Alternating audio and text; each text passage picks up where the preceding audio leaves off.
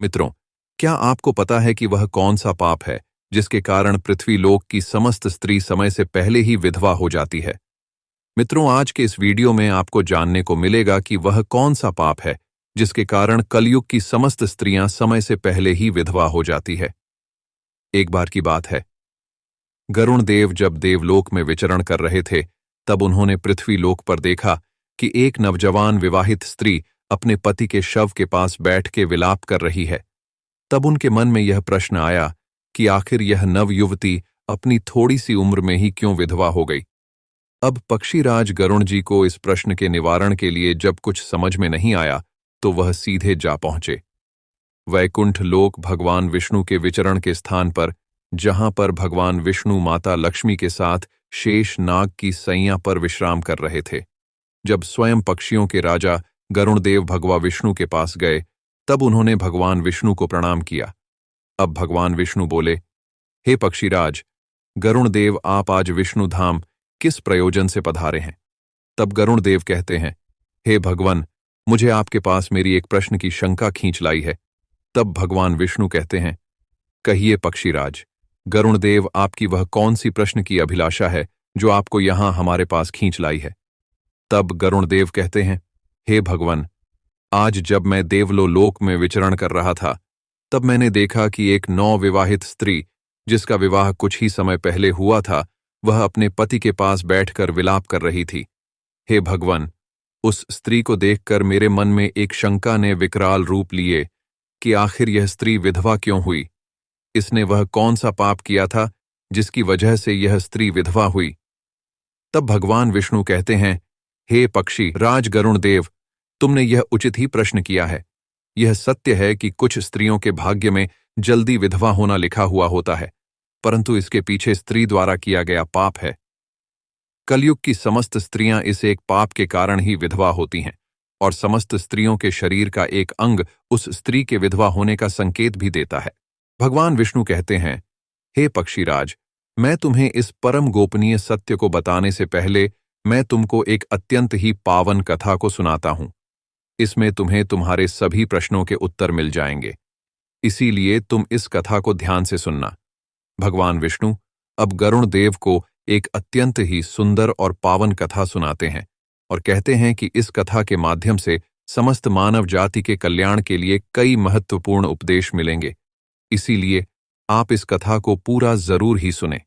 इस कथा को आधा अधूरा जो भी मनुष्य सुनता है, उसे पाप लगता है।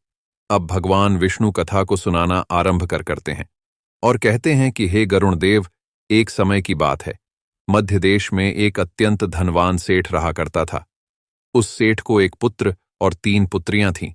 सेठ ने तीनों पुत्रियों का विवाह एक अच्छे और धनवान घराने करवा दिया था, किंतु सेठ की मंझली पुत्री को दुर्भाग्य का सामना करना पड़ा। उस सेठ की पुत्री विवाह के कुछ ही वर्षों के बाद विधवा हो गई और पति के गुजर जाने के बाद वह अत्यंत ही दुख में जीवन बिताने लगी। उस विधवा स्त्री का नाम मधु था। मधु अत्यंत सुंदर, गुणवान, चरित्रवान और एक पतिव्रता नारी थी, किंतु उसके भाग्य में जो अशुभ लिखा हुआ था, वही उसके साथ घटित हो गया। मधु का पति एक लालची आदमी था।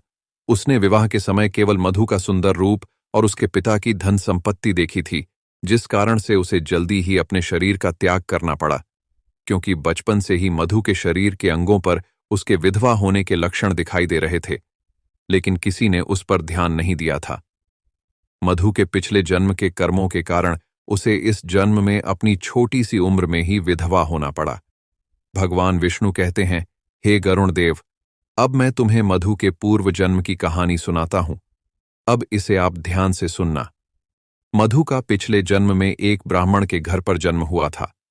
उसका नाम सुकन्या था। सुकन्या का जन्म होते ही उस ब्राह्मण का घर धन धान्य से भरा हुआ था।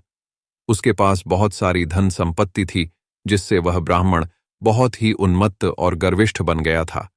वह ब्राह्मण अपनी पुत्री सुकन्या से बहुत प्रेम करता था, क्योंकि उस ब्राह्मण की पुत्री सुकन्या उसकी एकलौती पुत्री थी। साथ ही वह बहुत ही सुंदर थी और पिता के लाड़ प्यार से वह भी बिगड़ चुकी थी। उसके पिता उसकी हर इच्छा को पूरा कर देते थे। उस पिता ने अपनी पुत्री को कभी किसी भी चीज की कमी नहीं होने दी। सुकन्या ने अपने जीवन में कभी दुख नहीं देखा था। इसके साथ ही सुकन्या को अपनी सुंदरता पर भी बहुत ही ज्यादा घमंड था। धीरे धीरे जब सुकन्या जवान हुई तो उसके पिता ने उसका विवाह करने का सोचा, परंतु सुकन्या के पिता की एक शर्त थी कि जो भी सुकन्या से विवाह करेगा वह उसके साथ उसके पिता के घर में रहेगा, अर्थात घर जमाई बनकर रहेगा।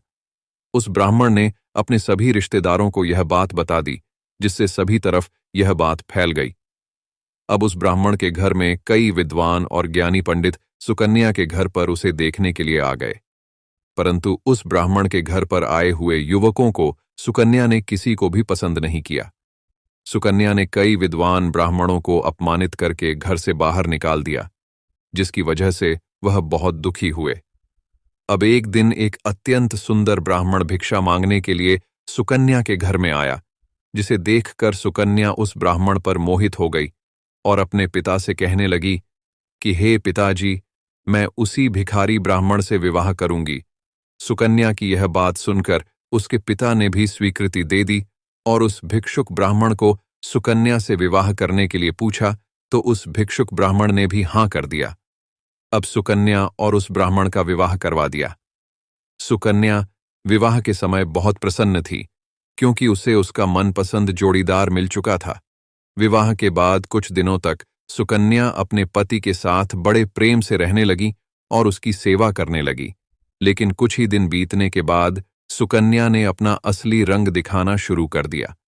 अब सुकन्या अपने पति को नौकर की तरह समझने लगी। उसकी आज्ञा का पालन करने की जगह पर उसे ही आज्ञा देने लगी। सुकन्या अब अपने पति को भी उसके नाम से बुलाने लगी।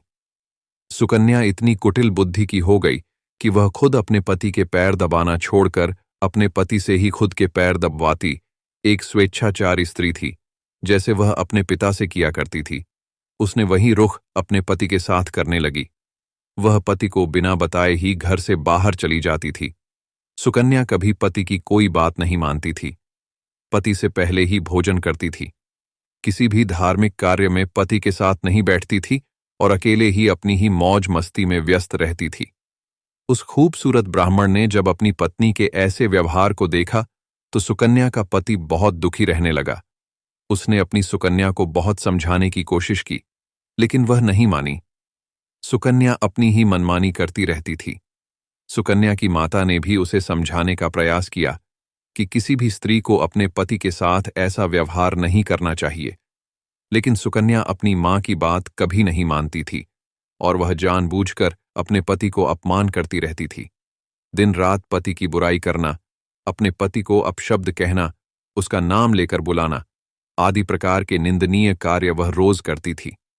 सुकन्या का पति अब उससे बहुत परेशान हो गया था। फिर एक दिन सुकन्या के पति ने बहुत विचार किया, परंतु सुकन्या का पति उसे छोड़कर जाने का निश्चय कर चुका था। सुकन्या का पति अब सुकन्या को बिना बताए ही सुकन्या के घर को छोड़कर वह से चला गया। उसने अपनी पत्नी कन्या का त्याग कर दिया और वन में जाकर तपस्या करने लगा। अब भगवान विष्णु कहते हैं कि हे पक्षीराज गरुण, क्योंकि शास्त्र हमेशा यही कहते हैं कि बुद्धिमान मनुष्य को दुष्ट और स्वेच्छाचारणी पत्नी का त्याग कर देना चाहिए, अन्यथा उसके द्वारा किए गए पाप के भागीदार आप भी बन सकते हैं। अब सुकन्या का पति वन में जाकर तपस्या करने लगा। इधर सुकन्या ने भी अपने पति को खोजने की कोशिश ही नहीं की और बड़े मौज से अपने पिता के घर में ही रहने लगी। सुकन्या की माता ने सुकन्या को बहुत समझाया कि वह अपने पति से माना कर उसे वापस घर पर लेकर आए, लेकिन सुकन्या ने अपनी मां से कटु शब्द कहते हुए कहा कि जाने दो मां, वैसे भी मेरा भिखमंगा पति किसी काम का नहीं है। उससे विवाह करके मैंने उस पर उपकार ही किया था, लेकिन वह मूर्ख मुझे ही छोड़कर चला गया है। ऐसे मूर्ख पति के साथ रहने से अच्छा है मैं अकेली ही रह लूंगी। मैं इतनी सुंदर हूं कि कोई भी पुरुष मुझसे विवाह कर लेगा। सुकन्या की ऐसी बातें सुनकर उसकी मां भी अब बहुत दुखी रहने लगी। उधर सुकन्या का पति ध्यान मग्न होकर तपस्या करने लगा और सांसारिक बंधनों से मुक्त होकर ईश्वर की भक्ति करने लगा। फिर कुछ दिनों बाद सुकन्या के पिता के साथ अशुभ घटना घटी। सुकन्या के पिता राजमहल में चोरी करते हुए उसके पिता को सिपाही ने पकड़ लिया और राजा को इसकी खबर दी। से वह उस राजमहल का राजा सुकन्या के पिता पर बहुत क्रोधित हुए। और उसका सारा धन संपत्ति छीनकर उसे कारागृह में डाल दिया। अब सब कुछ छिन जाने के कारण सुकन्या बहुत गरीब हो गई। उसकी मां और सुकन्या अब दूसरों के घर पर काम करने के लिए जाने लगी थी। अब सुकन्या के पिता तो कारागृह में बंद थे, तो सुकन्या और उसकी मां को सारा काम करना पड़ रहा था। तब सुकन्या को अकेलापन सताने लगा। घर में कोई पुरुष नहीं था, इसीलिए उनकी रक्षा के लिए भी कोई नहीं था। अब सुकन्या को अपने पति की याद आने लगी, लेकिन सुकन्या का पति तो वन में सन्यासी बनकर तपस्या में लीन था। अब जब सुकन्या को उसका अकेलापन अंदर ही अंदर खाने लगा तो उसे रातों को नींद नहीं आती थी।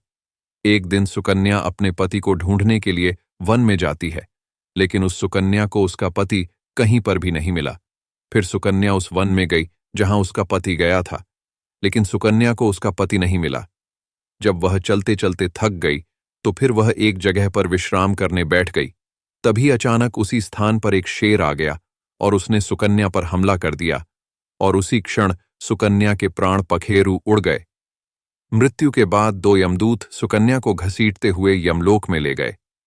यमलोक में पहुंचने के बाद जब सुकन्या को यमराज के सामने लेकर पहुंचे हैं, तो यमराज ने चित्रगुप्त से कहकर सुकन्या के पाप और पुण्य का मूल्यांकन किया।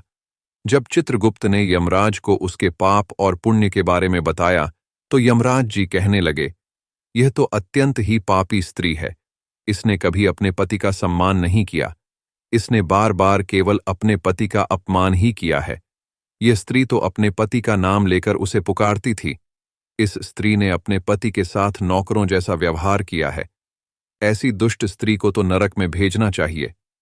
यमराज यमदूतों से कहकर सुकन्या को नरक में डलवा देते हैं। अनेक वर्षों तक नरक में सजा भुगतने के बाद सुकन्या को अपने पूर्व जन्म के कर्मों का प्रायश्चित करने के लिए फिर से मनुष्य जन्म प्राप्त हुआ। जो पाप सुकन्या ने किए थे, उसी पाप के कारण सुकन्या के शरीर पर विधवा होने के लक्षण प्रकट हुए थे। अब भगवान विष्णु कहते हैं, हे गरुण देव, अब मैं तुम्हें उन चिन्हों के बारे में बताता हूं जिस स्त्री के अंग पर ऐसे चिन्ह प्रकट होते हैं। जिस स्त्री के अंग पर ऐसे चिन्ह प्रकट होते हैं, वह स्त्री समय से पहले विधवा होती है। भगवान विष्णु कहते हैं, यदि किसी स्त्री के पैर पसीने से रहित हो, उस पर नसें दिखाई न देती हो, उसके पैर चिकने तथा कोमल हो, तो वह स्त्री सुख भोगने वाली तथा ऐश्वर्यशालिनी होती है। यदि किसी स्त्री के पैर का अंगूठा लमांसल हो, तो वह स्त्री पतिव्रता एवं ऐश्वर्यशालिनी होती है। यदि स्त्री के पैर के अंगूठे पर नसें दिखाई दे हों, तो वह दुर्भाग्य से युक्त व्यभिचारिणी होती है। बहुत छोटे अंगूठे वाली स्त्री क्लेश करने वाली और दुख भोगने वाली होती है। अंगूठा यदि छोटा है तो वह स्त्री गर्भधारण क्षमता में दुर्बल होती है। यदि किसी स्त्री के पैर की तर्जनी उंगली अंगूठे से भी बड़ी हो, तो वह स्वच्छंद काम चारिणी अतः अनेक पुरुषों से संबंध बनाने वाली होती है। यदि किसी स्त्री के पैर की उंगलियां परस्पर मिली हुई हों, एक दूसरे के नजदीक हो, उंगलियां गोल एवं सीधी हों और नाखून पतले एवं छोटे हों, तो वह ऐश्वर्यशालिनी होती है। ऐसी स्त्रियों के लिए ससुराल में सुख का भोग होता है। भगवान विष्णु कहते हैं कि हे पक्षीराज गरुण, अब मैं तुम्हें विधवा स्त्री के पैर के लक्षण बताता हूं। यदि किसी स्त्री के पैर का अंगूठा बहुत बड़ा हो और आगे से गोल हो और उसके नाखून टेढ़े मेढ़े हो, अंगूठे पर नसें दिखाई देती हो, तो उस स्त्री के विधवा होने के योग्य बनते हैं। यदि स्त्रियों की एड़ियां बहुत बड़ी हो, तो वह मृत्यु पर्यंत दुख भोगने वाली होती है। और यदि स्त्री के पैर मांस रहित हो, तो ऐसी स्त्री ससुराल के भाग्य को नष्ट कर देती है। यदि किसी स्त्री के पैर की अनामिका उंगली बाकी उंगलियों की तुलना में बहुत छोटी हो, तो वह घर के भीतर क्लेश करने वाली और घर के वातावरण को असहनीय बना देने वाली स्त्री होती है। यदि किसी स्त्री के पैर की मध्यमा उंगली अर्थात बीच की उंगली ज्यादा लंबी भी हो, तो वह विवाह के लिए अयोग्य होती है। जो स्त्री चलते समय पैर पटक हुए चलती हो और धम धम आवाज करती हो, तो वह अपने पति का विनाश करने वाली स्त्री होती है।